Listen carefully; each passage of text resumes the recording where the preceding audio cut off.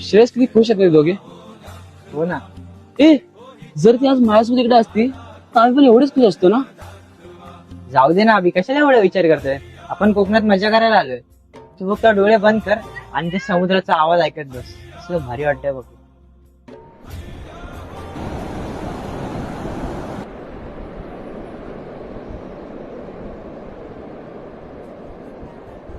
श्रेयस बस आज टेन्शन नाही घ्यायचं.